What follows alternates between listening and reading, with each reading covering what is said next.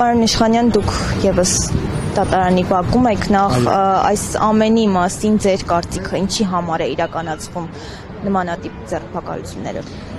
Այս 2018 թվականից բոլոր ձերբակալություններին հաջորդել են որոշակի պրոթուրքական քաղաքական ծրագիր։ Այսինքն, եթե առաջին этаպով գործեր էին հարուցում դատավորների վրա, հիշում եք, շրջափակում էին դատարանները, Դավիթ Գրիգորյանի դեմ շինծուգործ սարքեցին, Ալեքսանդր Արզումանյանի դեմ շինծուգործ սարքեցին, այդ խնդիրը լուծելու դատարանները զավթելն էր, արդար դատավորներին հանելը եւ որպեսզի մնացածը բանանեն, զավթեն դատանը։ Հետո Յուրի Խաչատուրովի դատը, Ռոբերտ Քոչարյանինը, Մանվել Գրիգորյանին եւ այլն, այս ամբողջ process-ը տանում էր նրան, որպեսզի ի վերջո Արցախը հանձնեն։ Հիմա եկան հասան այդ պատերազմը, այսպես կոչված պատերազմի իրականում ահաբեկչությունը երբ որ տեղի ունեցավ, փաստացի մենք զրկված էինք մեր լավագույն գեներալներից, Արցախի համար պայքարած եւ ազատագրած քաղաքական գործիչները այլևս դուրս էին եւ վարկաբեկված էին, նսեմացված էին, ու սրանք էլ զավթել էին այդ մեր պետական ինստիտուտները, ու այդպես տանում էին մեզ կոտորելու, ի վերջո 5000 հոգի սպանեցին, որ այսօր ասեն Արցախը մերը չի։ Հիմա նախընտրական process-ում բազմաթիվ առևանգումներ տեսանք, թե Գյումրու քաղաքապետը, թե Մասիսի համայնքապետը, թե Վալոդիա Գրիգորյանի դեմ ահաբեկչությունը Փարաքարի համայնքապետի, տեսանք ուժեղ Հայաստանի թիմից 700-ից ավելի առևանգումներ, տեսանք Սամվել Կարապետյանը եկեղեցին պաշտպանելու համար էր, Անդրանիկ Թևանյանը 2 շաբաթ առաջ բռնեցին, որ հետո ԲՀԿ-ի ձայները գողանան, այդ նրանք ընտրական բանտարկյալներն են, որ ընտրությունները կեղծելու համար նրանց բանտարկում են։ Հիմա այս հետընտրական process-ն է եւ հետընտրական process-ում սրանք խնդիր ունեն լուծելու մեկ բանը հետընտրական process-ները ջլատելու, որ հանկարծ էներգիա չմնա, որ մարդիկ չկարողանան պատասխան պահանջել իրենց ձայները գողանալու համար, մյուս կողմից մենք գիտենք, որ սրանք պատրաստվում են սահմանադրական պսևդո փոփոխություններ, պատրաստվում են Տիգրանաշենը հանձնեն, պատրաստվում են Սյունիքից մասեր հանձնեն, ու այս պարագայում իրենց պետք է որպեսզի ջլատեն այն թիմերը, որոնք կազմակերպված են, որ չկարողանան ժամանակ գտնեն ու պայքարեն այն հարցերի շուրջ, որոնք սրանք հեսա բերելու են մեր գլխին դնեն։ Այս գործով հատկապես հատկանշական է այն, նայեք սա նեոբոլշևիզմը ուր է տանում։ Երբ որ 37 թվականին NKVD-ի 0047 հրամանով անմեղ մարդկանց տանում էին գնդակահարելու, այդ թվում իմ մեծ պապիկիս ու մեծ տատիկիս, Ստալինի մահից հետո 53 թվից հետո, երբ որ Խրուշչովը եկավ, այդ զնհալի ժամանակ այդ բոլոր մարդիկ արդարացվեցին։ Անմեղ մարդկանց տարել գնդակահարել են, կյանքից զրկել են։ Հիմա նայեք սրանք ինչ են անում։ Ավետիք Չալաբյանը հայտնի է, որ 22 թվականին գլխին գործ սարքեցին, ամիսներով ազատազրկեցին, հետո արդարացվեց։ Ասացին այդ օրենքը Վենետիկի հանձնաժողովն էլ բան արեց, իր գնահատականը տվեց այն օրենքին, որով դատվում է։ Բարձրաց անմեղ մարդուն կյանքի իր ամիսներից, իր ընտանիքի, իր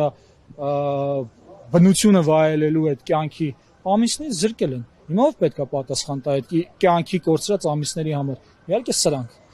Նայեք, մի անգամ անմեղ մարդուն որսացել են, հիմա նորից են նույն բանը անում։ Նորից կրկին անմեղ մարդուն, կրկին որսան։ Ով է պատասխան տալու այս մարդկանց կորցրած։ Հենց հիմա այս մարդը ապօրինի ազատազրկված է, չէ՞։ Այն ժամանակ էլ արդեն նախադեպը ունենք։ Մի քանի ամիս ապօրինի ազատազրկված է։ Ովքեր են պատասխանները տալու։ Ով Յոհաննիսյանը, Սաքունցը, որ սենց երեք բանին մամուլի ասուլիսի ժամանակ Անդրանիկ Թևանյանից հարցրեցին, ասաց մի քաղբանտարկել չի, ով որ բանը Ռուսաստանի հետ կապեր ունի, իրան քաղբանտարկել չի համարում, էլի։ Ըստ բոլոր քաղբանտարկյալների մասին են նրանք շղթում, որ առհասարակ քաղբանտարկել։ Դե պատկերացեք, ասենք Վիշինսկին գիտեք բանից սովետի շրջանից, ասենք ասեր բանը, կամ ասենք Եժովը, կամ Բերյան, ասեն, չգիտեմ, բանը այդ իրանց ձերբակալված, ասենք ասեր Եղիջը Չարենցը բանը, քաղբանտարկյալը, կամ ասենք Բակունցը, կամ չգիտեմ, այն մյուսը, ասենք քաղբանտարկյալ են, ոչ թե բան են տանում ենք սպանենք, որ մեր իշխանությանը վայից չլինեն։ Հիմա բնականաբար ասենք այդ մարդիկ, այդ արբանյակները, որոնք եվրովայրենիներ են, քանի որ Եվրոպան վերադարձել է ֆաշիզմին, իմ սիրելի Եվրոպան, որը պետք է ազատագրել, որ Հայաստանն էլ ազատագրվի, հիմա այդ եվրովայրենիներով, այդ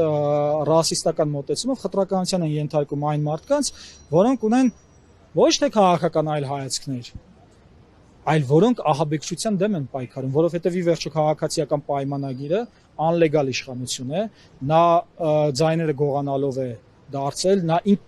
ինքնիրավչություն է արել, ինքնահռչակ է ժամը 2-ին հայտարարելով, որ ինքն է հաղթել եւ այդպիսով տապալել է Սահմանադրություն եւ Կենտրոնական ընտրական հանձնաժողովի գործունեությունը, Արցախն է հանձնել, հռչակագիրն է ոտնահարել, Սահմանադրությունը խախտել է մի քանի 100 անգամ եկեղեցու թեմայով 17-րդ հոդվածը եւ գիտեք Գորիսկապան ճանապարհը տալը Տավուշի տարածքները, այս ամբողջը, այս բանը նշանակում է, որ իրանք գործում են Սահմանադրությունից դուրս հակաիրավական եւ նրանք պարզապես զավթել են ու ասենց կարճած են իշխանությունից, որ ժողովուրդը նսեմացվի, իսկ ժողովուրդը պետք է վերադարձնի իր իշխանությունը, որովհետեւ դա է պահանջում Սահմանադրությունը։ Բայց ինչ եք կարծում Փաշինյանի իշխանությունը ինչ քայլերի կգնա, արդյոք կալանքի կտանեն, թե ամեն դեպքում այս անգամ կզիջեն, կընդառաջեն։ Անեկդոտը գիտեք, որ ապարանցին գնում է կինո նայելու, կողքը մի հատ մարդ է նստում, ասում է գրած գալիս ես, այս կինոյի մեջի տղեն վերջում չի մեռնելու, ասում է հարի գրած են գալիս, վերջում մեռնում է այս ապարանցին, ասում է թու արա 10 անգամ նայել էի, մտածեցի այս անգամ չի մեռնի։ Հիմա այս կինոն 1000 անգամ տեսել ենք, էլի, ասեք ավելորդ բեկտավայրված չկա, եթե ասեք նայեք, այս բանտարկությունները, քանի որ հակաօրինական են այլ ծրագրային, քաղաքական ծրագրային, իրանք ունեն նպատակ։ Եթե բռնում ունենք անպատակը, բռնում ենք XYZ մարդուն այդ նպատակին հասնելու համար, ուրեմն պետք է նպատակը չլինի, որպեսզի այս մարդկանց չբռնենք, հասկանում եք։ Դրա համար իրավական կոնտեքստով ստեղ խոսալը absurd է, ստեղ կարելի է մենակ խոսալ անեկդոտների լեզվով։